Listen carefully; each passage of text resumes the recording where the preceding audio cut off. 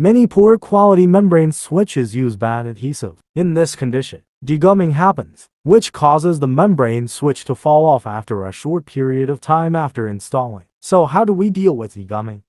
First, clean the degummed keys with absolute alcohol.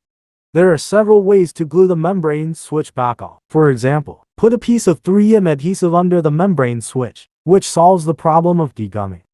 Or you can inject glue. 3M glue is good. You can also choose double-sided adhesive tape as a substitute for back adhesive. It has the characteristics of strong stickiness, which solves the problem of degumming. For the membrane switch on the metal panel, you can punch a hole in the metal panel and stick the membrane switch directly on the panel with silica gel. Of course, high-quality membrane switch with 3M adhesive is the best choice. JRPanel products use genuine 3M adhesive. We have many years of experience in manufacturing of membrane switches and graphic overlays. Welcome to purchase.